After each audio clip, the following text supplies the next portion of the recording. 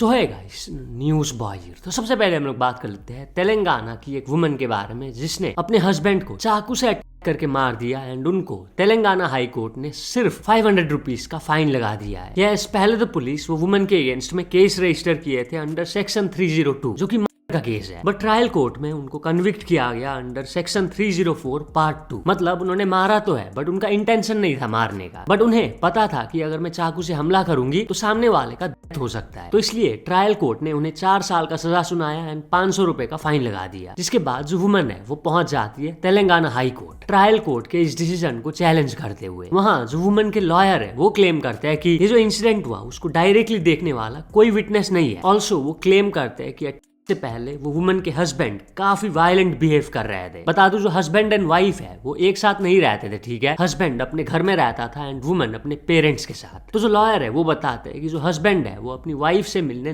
गए थे उनके घर। वहाँ वो अपनी वाइफ को, वाइफ के फैमिली मेंबर्स को कर रहे थे, डिस्टर्ब कर रहे थे। और जो लॉयर्स बताते हैं वाइफ ने अनएक्सपेक्टेडली रिस्पॉन्ड किया ड्यूरिंग द आर्ग्यूमेंट एंड उनका कोई इंटेंशन नहीं था अपने हस्बैंड को मारने का। और जो बता दूं, पुलिस ने इन्वेस्टिगेशन के दौरान वाइफ के नेबर का भी स्टेटमेंट लिया था जिन्होंने कहा मुझे दोपहर के 2 बजे बहुत ज्यादा चिल्लाने का आवाज आया, जिसके बाद मैं दौड़ के गया एंड मुझे दिखा कि जो हस्बैंड है वो लेटे हुए थे, इंजर्ड थे, उनके गले से खून निकल रहा था क्योंकि चाकू से गले में हमला किया गया था। जिसके बाद उन्होंने फिर हस्बैंड के मदर को कॉल करके बताया ऐसा ऐसा हुआ है। बाकी विटनेसेस ने भी कंफर्म किया कि उन्होंने बॉडी देखा था, वो इंजर्ड थे। पोस्टमार्टम में भी कंफर्म हुआ कि बहुत ही सीरियस तरीके से चाकू से हमला करने की वजह से हस्बैंड का डेथ हुआ है। खैर, जब इसका हियरिंग हुआ तेलंगाना हाई कोर्ट में, कोर्ट ने कहा कि जो वाइफ ने किया वो प्लान्ड नहीं था। कोर्ट ने ऑब्जर्व किया कि इंसिडेंट से पहले हस्बैंड अपने वाइफ के घर आए थे खजूर लेके अपने बच्चों के लिए, बट आर्ग्यूमेंट हो गया दोनों के बीच में, जिसके बाद जो हस्बैंड है वो चले जाते हैं। बट इसके बाद वो फिर से आते हैं हालत में, जिसके बाद वो अपनी वाइफ एंड वाइफ के फैमिली को अब्यूज करने लग जाते हैं। जिसके बाद वाइफ को बहुत ज्यादा गुस्सा आया एंड देन फिर वो चाकू से हमला की। इसलिए ये case exception 4 of section 300 IPC के अंडर आता है। मतलब अचानक गुस्सा आने की वजह से किसी के ऊपर हमला करना बिना उसको मारने के इंटेंशन से। जिसके बाद हाई कोर्ट ने उनके 4 साल के सजा को कैंसिल कर दिया, बस 500 रुपए का फाइन उनके ऊपर लगा दिया। क्या सोचते हो यार इसके बारे में, कॉमेंट करके जरूर बताना। तो चलिए नेक्स्ट अपडेट के बारे में बात करते जो कि उत्तर प्रदेश के प्रयागराज गवर्नमेंट रेलवे पुलिस के एक ऑफिसर के बारे में जिन्होंने काम तो बहुत बढ़िया किया, बट एक चीज की वजह से उनको काफी ज्यादा ट्रोल किया जा रहा है। तो ना एक गैंग जो कि ट्रेन में चोरी वगैरह करते हैं उसको पुलिस बस्ट किए। एक एक्यूज्ड को पकड़े ना जो टारगेट करता था पैसेंजर्स को, ट्रेन के अंदर चोरी वगैरह करता था उनका सामान। काफी बढ़िया काम वो किए है ना। बट उस चोर को पकड़ने के बाद का एक वीडियो वायरल जा रहा है ये, एंड जो मेन पुलिस ऑफिसर है जो मिडिल में है आप देख सकते हो वो बहुत ही मोटे है। तो इसी को लोग ट्रोल कर रहे हैं। जैसे एक जन कॉमेंट करते हैं गैंग के आधे लोगों को तो ये इंस्पेक्टर साहब ने उसी टाइम ऑन द स्पॉट खा लिया। एक और जन ने रिप्लाई किए थे when Motu finally clears UPSC police service. एक और जन कमेंट किए थे ये सबवे सर्फर्स गेम के पुलिसमैन क्यों लग रहा है। तो चलिए नेक्स्ट अपडेट के बारे में बात करते जो कि उर्वशी रौतेला के बारे में। तो उर्वशी रौतेला को इस वजह से ट्रोल किया जा रहा है, जैसे कि मैं ऑलरेडी बता चुका हूँ, कैन्स फिल्म फेस्टिवल 2026 में बहुत सारे इंडियन एक्टर्स एंड सेलिब्रिटीज भी गए हैं। आलिया भट्ट को इस वीडियो की वजह से ट्रोल किया जा रहा है क्योंकि जितने भी फॉरेन फोटोग्राफर्स है वो आलिया भट्ट को इग्नोर कर रहे थे ना, उनके तरफ देखे ही नहीं, उनका फोटोज ही क्लिक नहीं किए। तो कैन्स 2026 में उर्वशी रौतेला भी गई है, ठीक है। तो वहीं वो एक इंटरव्यू के दौरान कहती है मैं बहुत ही प्राउड हूँ कि मैं रिप्रेजेंट कर रही हूँ इंडिया को। जिसके बाद वो कहती है मेरा जो ड्रेस है वो है वियतनाम से। तो लोग अभी ट्रोल कर रहे हैं ना, कहते हुए कि पहले तुमने बोला मैं प्राउड हूँ, मैं इंडिया को रिप्रेजेंट कर रही हूँ, एंड देन फिर तुमने बोला मेरा जो ड्रेस है वो वियतनाम से है। एक जन इसी वीडियो को शेयर करते हुए लिखते हैं क्या ये लोग बोलने से पहले कुछ सोचते नहीं है, बच्चों की तरह बात करते हैं। और जो कैन्स 2026 एंड आलिया भट्ट का बात हो ही रहा तो बात कर लेते हैं उनके ही बारे में। तो जो उनको ट्रोल किया जा रहा है कहते हुए कि फॉरेन फोटोग्राफर्स उनको इग्नोर किए वगैरह वगैरह, इसको डिफेंड किए एक्टर अली गोनी। वो लिखे ये बहुत ही सैड है कि अपने ही लोग किसी को नीचे गिराने का कोशिश कर रहे हैं जिसने बहुत मेहनत किया है इंडिया को ग्लोबल स्टेज में ले जाने के लिए। आलिया भट्ट उस लेवल पे है जहां पहुंचने के लिए बहुत सारे लोग ड्रीम करते हैं। वो हमारे कंट्री को रिप्रेजेंट कर रही है कैन्स में विद ग्रेस एंड प्राइड। जो इंडिया को रिप्रेजेंट करता है ग्लोबल स्टेज में, उनको मॉक या ट्रोल करने की वजह हमें सेलिब्रेट करना चाहिए एंड उन्हें सपोर्ट करना चाहिए। हम तभी राइज करेंगे जब हम अपनों को अपलिफ्ट करेंगे, ना कि when we try to demean them. तो चलिए नेक्स्ट अपडेट के बारे में बात करती हूँ कि एक बफेलो के बारे में जो अभी काफी ज्यादा वायरल हो रहा है। शायद से जो भैंस है ये बांग्लादेश का है। एंड क्यों वायरल हो रहा है, इसके हेयर स्टाइल को लेकर। इसका जो हेयर स्टाइल है वो डोनाल्ड ट्रंप के हेयर स्टाइल जैसा है। यस, कलर वगैरह भी आप देख सकते हो डोनाल्ड ट्रंप के जैसा है। बांग्ला लैंग्वेज में इसको टीवी न्यूज में कवर किया गया था ना, कहते हुए ट्रंप स्टाइल चूल वायरल गुलाबी भैंस। तो चलिए नेक्स्ट अपडेट के बारे में बात करती हूँ कि एक आदमी के बारे में जिन्होंने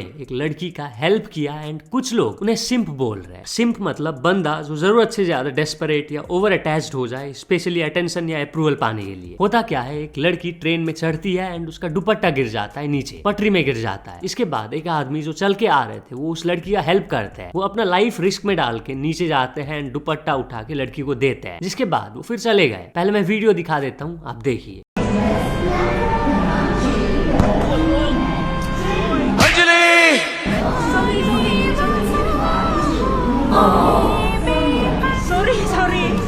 Sorry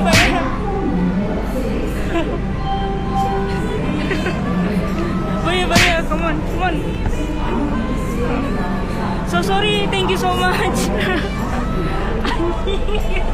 तो कुछ लोग अभी बता रहे हैं कि जो आदमी ने वो लड़की का हेल्प किया वो सिंप है, बट काफी सारे लोग वो आदमी को डिफेंड कर रहे हैं। कह रहे ना कि अगर वो सिंप होते तो वो वहां रुकते, वो उन्हें हैंडशेक वगैरह करते, थोड़ी देर बात करते, एंड जब वो जा रहे होते वो पीछे मुड़ के देखते, बट इन्होंने ऐसा कुछ नहीं किया। ये एक जेंटलमैन है, उन्होंने बस वेव किया एंड चले गए। इसके बाद वो पीछे मुड़ के भी नहीं देखे। तो चलिए नेक्स्ट अपडेट के बारे में बात करते चूकी है विराट कोहली के बारे में। एक दिन पहले जो Kolkata night Riders versus RCB का मैच हुआ था, उसमें विराट कोहली सेंचुरी मारे एंड आरसीबी वो मैच जीत गए ना। उस मैच के दौरान हुआ क्या, विराट कोहली का एक फैन पिच इन्वेट करके आ गया उनसे मिलने। वो एकदम तूफान दौड़ के आता है ना, जिसके बाद वो विराट कोहली का पैर छूता है। तुरंत से फिर उस बंदे को ले जाया जाता है। और जो विराट कोहली ने एक क्रेजी रिकॉर्ड बना दिया है। उनका T20 क्रिकेट में टोटल रन हो चुका है 14,000 प्लस। ऐसा करने वाले विराट कोहली पहले इंडियन प्लेयर है। इंटरनेशनल का अगर बात किया जाए तो क्रिस गेल है, जिनका T20 क्रिकेट में 14,562 प्लस रन है। बहुत जल्द विराट कोहली इसको भी बीट कर देंगे। तो चलिए नेक्स्ट अपडेट के बारे में बात करते चुकी है प्रशांत किरत के बारे में। आपको पता होगा ये एक टीचर है, तो ये कुछ इंस्टीट्यूट से सीरियस रिक्वेस्ट की है। जैसे कि आप सबको पता होगा नीट यूजी 2026 कैंसिल हो चुका है। फिर से नीट यूजी 2026 का एग्जाम होगा ना, तो इसके चलते कुछ इंस्टीट्यूट्स कुछ ऐसा कर रहे हैं जिसे देखकर प्रशांत किरत बिल्कुल भी खुश नहीं है। वो रिक्वेस्ट की है ना सबको, क्या कॉन्टेक्स्ट आपको समझ आ जाएगा, आप देखिए। का पेपर, ये 1.5 महीने बच्चों के साथ खड़े रहने का समय है। ये नया बैच बेचने का समय बिल्कुल भी नहीं है। आएंगे इंस्टीट्यूट, बोलेंगे एक नया बैच आ गया, 1.5 महीने में प्रिपरेशन कराएंगे। अरे प्लीज यार, प्लीज, पूरा जीवन इन बच्चों से कमाया है, अब तो इन बच्चों को छोड़ दो। अब नहीं, अगले 1.5 महीने नहीं, अगले 1.5 महीने प्लीज, अगले 1.5 महीने ना। मैं दरख्वास्त कर रहा हूं सभी इंस्टीट्यूट से, स्पेशली ऑफलाइन ऑनलाइन जो भी हैं, आपके इंस्टीट्यूट में जो बच्चे इनरोल्ड हैं, अगले 1.5 महीने भी उनकी क्लासेस लगवाओ, प्लीज लगवाओ, और वो फ्री ऑफ कॉस्ट रखो। जो कि वो ऑलरेडी इनरोल्ड थे, उनसे कोई पैसा मत लो जब तक उनका नीट एग्जाम नहीं हो जाता। उनको सपोर्ट करो, उनको टफ क्वेश्चंस की प्रैक्टिस कराओ, इमोशनल सपोर्ट दो उनको। ये हमारी जिम्मेदारी है, हम एक शिक्षक हैं, ये हमारी जिम्मेदारी है। हम यहाँ इसलिए ही आए हैं, ये बात हमें याद रखनी पड़ेगी। अगर इस समय भी हमने इनका साथ नहीं दिया ना, तो कोई फायदा नहीं है। फिर बंद कर दो ऐसे इंस्टीट्यूट, फिर बंद कर दो ये सारी चीजें, कोई फायदा नहीं है। फिर ये झुटलावा दुनिया को दिखाना बंद करना पड़ेगा फिर हमें। तो चलिए नेक्स्ट अपडेट के बारे में बात करते जो कि है एक शॉकिंग न्यूज के बारे में, जो कि है दिल्ली से। 11 तारीख रात को जब एक वुमन अपने काम से घर जा रही थी वापस, तभी उनके सामने जो बस स्टॉप था वहाँ एक बस आके रुकता है। एंड जो वुमन है वो क्या करती है, बस के दरवाजे के सामने जो आदमी था उससे टाइम पूछती है। इसके बाद होता क्या है, वो आदमी वो वुमन को बस के अंदर खींच लेता है। जिसके बाद जो बस ड्राइवर है वो बस चलाते हैं एंड बस ड्राइवर एंड वो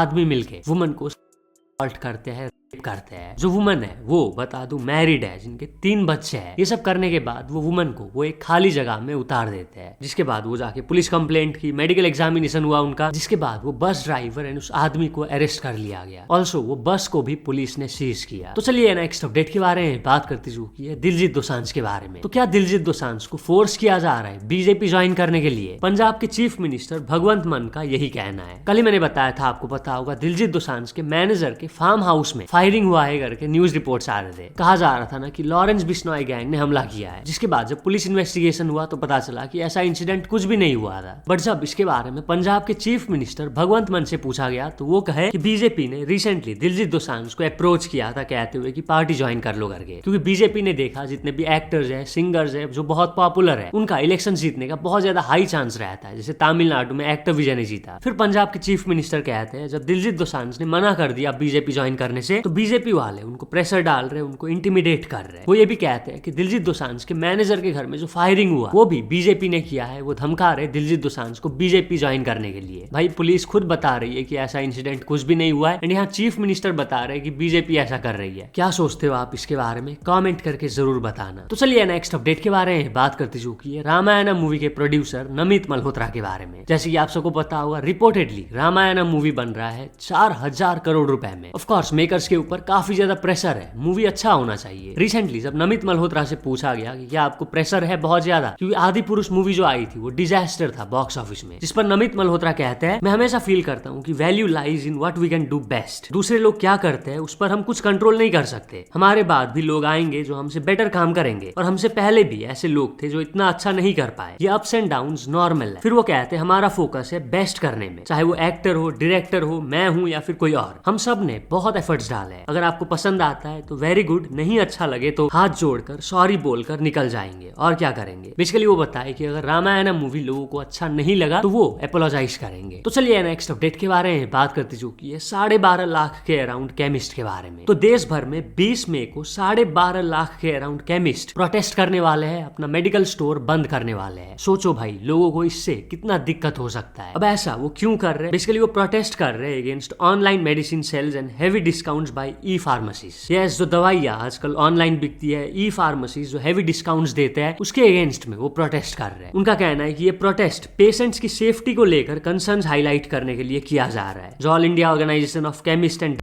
है, वो आरोप लगाते हैं कि ऑनलाइन मेडिसिन बिना प्रॉपर वेरिफिकेशन के डिलीवर की जा रही है, जिसकी वजह से प्रेस्क्रिप्शंस का बार बार मिसयूज हो रहा है और एंटीबायोटिक्स या आदत लगाने वाली मेडिसिन आसानी से मिल रही है। वो ये भी बताते हैं कि बहुत सारे लोग एआई से फेक प्रेस्क्रिप्शंस बना के दवाइयां खरीद रहे हैं, जो कि खतरा है। तो चलिए नेक्स्ट अपडेट के बारे में बात करती चुकी है पंजाब यूनिवर्सिटी के बारे में। तो एक वीडियो वायरल जा रहा है जहाँ कुछ बंदे ब्लैक पेंट कर रहे हैं ऑन हिंदी इंग्लिश बोर्ड्स, मतलब रेस्ट रूम में हो गया या फिर बाकी जगहों में पंजाब यूनिवर्सिटी के अंदर जो हिंदी में लिखा है, इंग्लिश में लिखा है, उसमें वो ब्लैक पेंट स्प्रे करते हैं। वही लैंग्वेज कंट्रोवर्सी बेसिकली। वो चाहते हैं कि जितने भी चीजें है वो लिखा हो पंजाबी में। तो चलिए नेक्स्ट अपडेट के बारे में बात करती चुकी है बीफ ऑन स्विगी इन बेंगलुरु के बारे में। तो एक ट्विटर यूजर दिखाए कि कैसे बेंगलुरु में स्विगी में बीफ मिल रहा है। यस, कुछ स्क्रीनशॉट्स आप देख सकते हो स्क्रीन पर। इसी को शेयर करते हुए वो ट्विटर यूजर लिखते हैं बीफ ऑन स्विगी इन बेंगलुरु। जबकि कर्नाटका लॉ के अकॉर्डिंग अगर कोई काउ मीट ट्रेड करता है उसको 3 से 7 साल का सजा हो सकता है। ये ओपन मॉकरी है of Hindu sentiments and Sanatan Dharma. Cow is sacred, where is the enforcement. और भी कुछ लोग बेंगलुरु पुलिस को टैग करके कह रहे हैं कि इसके अगेंस्ट में अप्रोप्रिएट एक्शन लिया जाए, एफआईआर रजिस्टर किया जाए। तो चलिए नेक्स्ट अपडेट के बारे में बात करते चुकी है रजत बेदी के बारे में। आपको पता होगा ये धुरंधर के मेन एक्टर है। तो रिसेंटली जब इनका कार के अंदर इंटरव्यू चल रहा था, एक ट्रैफिक पुलिस इनको रोकते हैं। अब उन्होंने कुछ ट्रैफिक रूल वायलेट किया या चालान करने के लिए ट्रैफिक पुलिस ने नहीं रोका। वो ट्रैफिक पुलिस उनके फैन बॉय निकले। वो तारीफ करता है ना रजत बेदी को, ऑल्सो वो सेल्फी भी लेते हैं। मैं छोटा सा क्लिप दिखा देता हूँ, आप देखिए। ट्रैफिक वाले भाई हमको रोके हैं साहब। पीछे करो सर जबरदस्त पिक्चर है धुरंधर।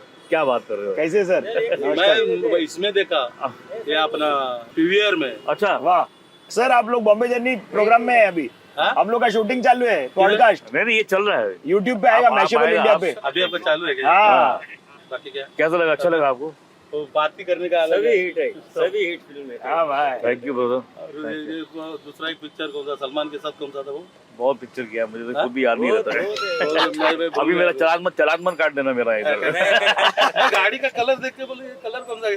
हाँ साहब, थैंक यू सर। तो चलिए नेक्स्ट अपडेट के बारे में बात करते चुकी है मनोज डे के बारे में। तो मनोज डे दिखाए कि कैसे पीएम मोदी ने रिसेंटली जो अर्ज किया था कि फ्यूल कंजम्पशन कम करो करके, उसके बाद पेट्रोल पंप्स में भीड़ लगना चालू हो गया है। उनके वहाँ धनबाद के एक पेट्रोल पंप में भी काफी ज्यादा भीड़ लग गया था ना, आप देखिए। तो दोस्तों अभी मैं हूँ धनबाद के बालाजी पेट्रोल पंप में, और भाई साहब जब से मोदी जी ने वो जो स्टेटमेंट दिए ना कि थोड़ा फ्यूल को कम खर्च करो, गाड़ी से कम घुमा करो क्योंकि थोड़ा सा शॉर्टेज चल रहा है, इतना वो बोले हैं। और देखो बालाजी पेट्रोल पंप का क्या हालत है, इतना क्राउड, इतना भीड़ हो गया है। सब जाके गाड़ी का पेट्रोल टैंक जो है फुल करवा रहा है, कोई डीजल भरवा रहा है। क्यों पता है? क्योंकि सबको लग रहा है कि मोदी जी बोल दिए हैं कि पेट्रोल और डीजल खत्म होने वाला है। भाई वो नहीं बोले थे कि खत्म होने वाला है, वो बोले हैं कि कम खर्च कीजिए, बचा के चलिए।